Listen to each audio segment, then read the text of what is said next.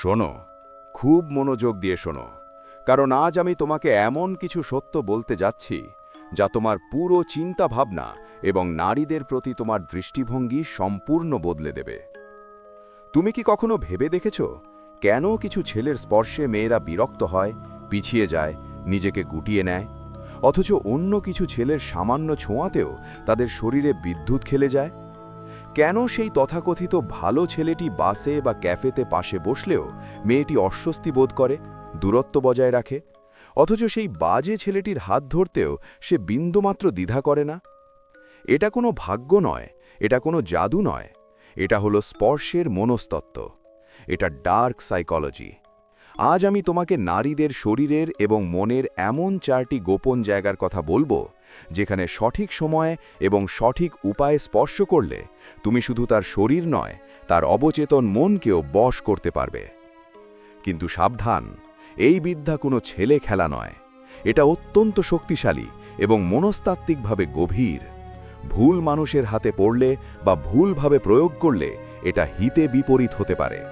তাই যদি তোমার উদ্দেশ্য সৎ না হয় বা তুমি যদি নিছক ফুর্তি করার জন্য এটি শুনছ, তবে এখনই থেমে যাও। আর যদি তুমি নারী মনস্তত্ত্বের সেই গভীর সত্যটা জানতে চাও যা তোমাকে অন্যদের চেয়ে আলাদা করবে, তবে শেষ শব্দ পর্যন্ত আমার সাথে থাকো। অধিকাংশ পুরুষ ভুলটা কোথায় করে জানো? তারা মনে করে স্পর্শ মানেই যৌনতা।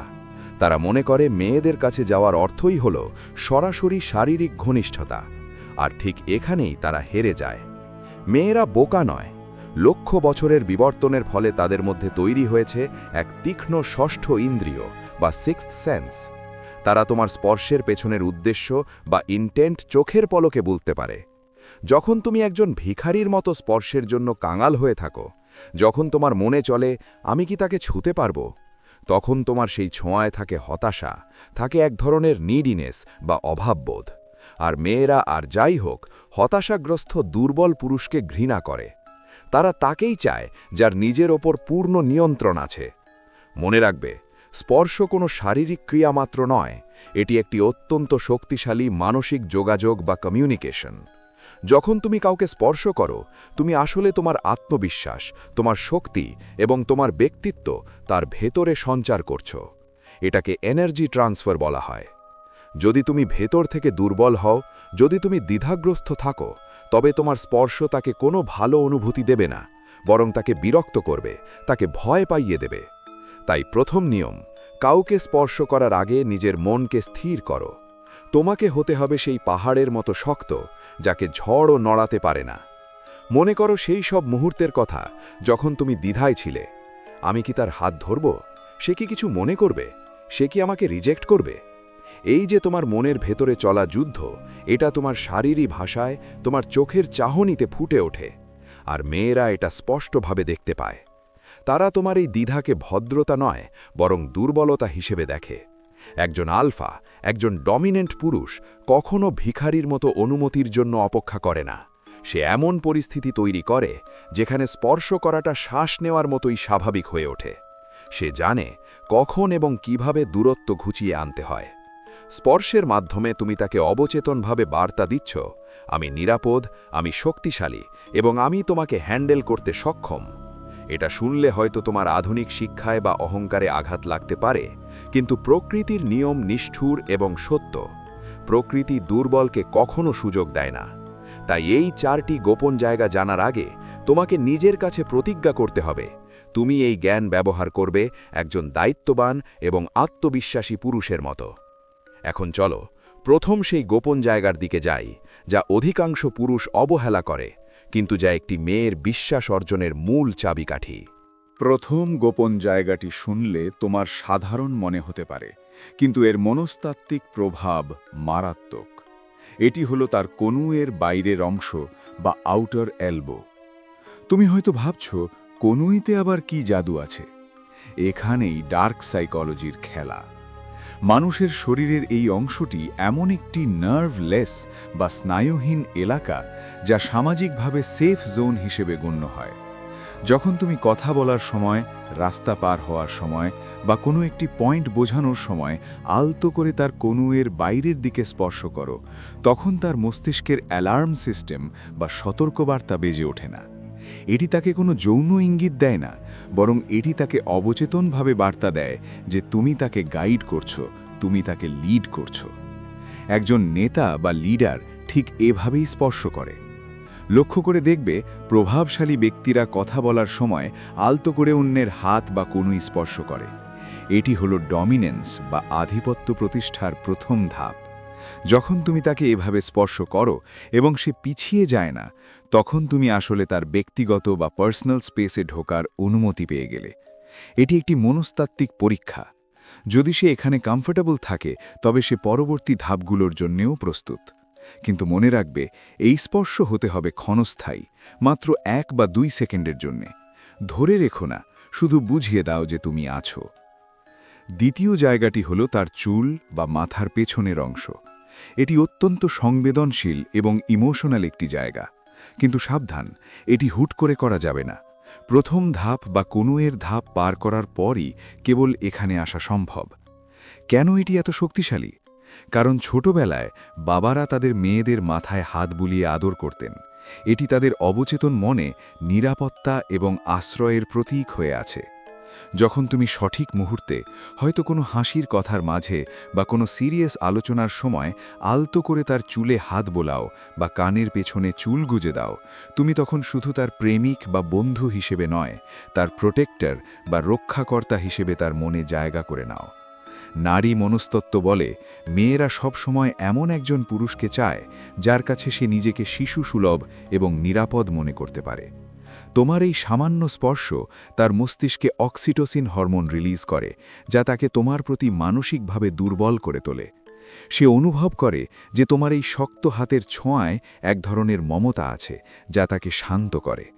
এটি তাকে তোমার প্রতি এক গভীর নির্ভরতার বন্ধনে আবদ্ধ করে, যা সহজে ছেড়া যায় না। কিন্তু অধিকাংশ পুরুষ এই সূক্ষ্ম জায়গাটি মিস করে সরাসরি কোমরে বা হাতে হাত দিতে যায়, যা অনেক সময় ভুল সংকেত দেয়। অথচ মাথার এই স্পর্শ তাকে মানসিকভাবে তোমার বশ্যতা স্বীকার করতে বাধ্য করে, কোনো জোর জবরদস্তি ছাড়াই। তৃতীয় গোপন জায়গাটি হলো তার হাত, বিশেষ করে তার হাতের তালু এবং কবজি। কিন্তু সাবধান, এটি কোনো সাধারণ হ্যান্ডশেক বা করমর্দন নয়। হাত ধরার মাঝেও এক ধরনের ডার্ক সাইকোলজি কাজ করে। যখন তুমি তার হাত ধরবে, খেয়াল রাখবে তোমার হাত যেন তার হাতের ওপরে থাকে। এটি হলো ডমিনেন্ট পজিশন, কিন্তু আসল খেলাটা হয় হাতের তালুতে। মানুষের হাতের তালুতে অসংখ্য নার্ভ এন্ডিং বা স্নায়ু থাকে, যা সরাসরি মস্তিষ্কের আবেগের অংশের সাথে যুক্ত। যখন তুমি কথা বলতে বলতে বা রাস্তা পার হওয়ার সময় শক্ত করে কিন্তু আলতোভাবে তার হাত ধরো এবং তোমার আঙুলগুলো তার আঙুলের ফাঁকে ঢুকিয়ে দাও, তখন একটি শক্তিশালী বন্ডিং হরমোন নিঃসরিত হয়। এটি তাকে অনুভব করায় যে সে তোমার সাথে যুক্ত। বিশেষ করে তার কবজির ভেতরের অংশ, যেখানে পালস বা নাড়ি থাকে, সেখানে আলতো স্পর্শ তার হৃৎস্পন্দন বাড়িয়ে দিতে পারে। এটি তাকে অবচেতনভাবে বুঝিয়ে দেয় যে তুমি তার ওপর অধিকার ফলাচ্ছ। আর মেয়েরা অবচেতনভাবে এমন পুরুষকেই চায় যে তার ওপর অধিকার ফলাতে জানে। এটি ভীরুতা নয়, এটি সাহসিকতার প্রতীক। চতুর্থ এবং সবচেয়ে শক্তিশালী জায়গাটি হলো তার পিঠের নিচের অংশ বা লোয়ার ব্যাক। এটি হলো সেই জোন যা ফ্রেন্ড জোন এবং রোম্যান্টিক জোনের মধ্যে পার্থক্য তৈরি করে। বন্ধু হিসেবে কেউ পিঠে চাপড় দিতে পারে, কিন্তু একমাত্র প্রেমিক বা সম্ভাব্য সঙ্গী পিঠের নিচের অংশে হাত রেখে তাকে গাইড করতে পারে। যখন তুমি ভিড়ের মধ্যে দিয়ে তাকে নিয়ে যাচ্ছ বা কোনো দরজার দিয়ে প্রবেশ করছো, তখন আলতো করে তার পিঠের নিচে হাত রেখে তাকে পথ দেখাও।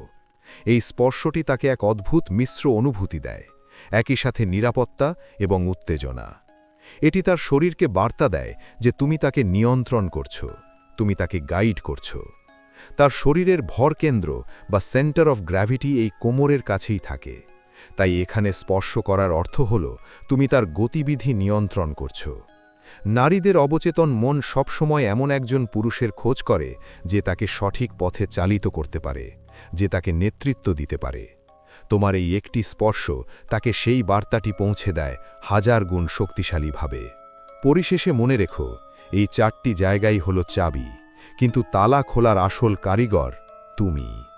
তোমার আত্মবিশ্বাস, তোমার চোখের ভাষা এবং তোমার উদ্দেশ্য যদি পরিষ্কার না থাকে, তবে কোনো টেকনিকই কাজ করবে না। স্পর্শ কোনো যান্ত্রিক প্রক্রিয়া নয়, এটি হলো অনুভূতির আদান প্রদান। তুমি যদি ভেতর থেকে আলফা হও, যদি তুমি নিজের ওপর বিশ্বাস রাখো, তবে তোমার সামান্য ছোঁয়াও তার কাছে জাদুর মতো মনে হবে। আর যদি তুমি ভীরু হও, তবে হাজার স্পর্শেও কোনো কাজ হবে না।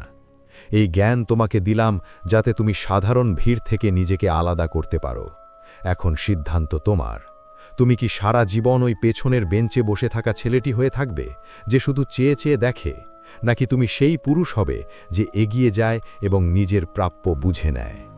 যদি এই ভিডিওটি তোমার চোখ খুলে দিয়ে থাকে, তবে সাবস্ক্রাইব করে আমাদের সাথে থাকো, কারণ সামনে আমরা মানুষের মনের আরও গভীর এবং অন্ধকার সব সত্য উন্মোচন করব, যা তোমাকে অপরাজেয় করে তুলবে। দেখা হবে পরের ভিডিওতে, ততক্ষণ নিজের ভ্যালু বাড়াতে থাকো।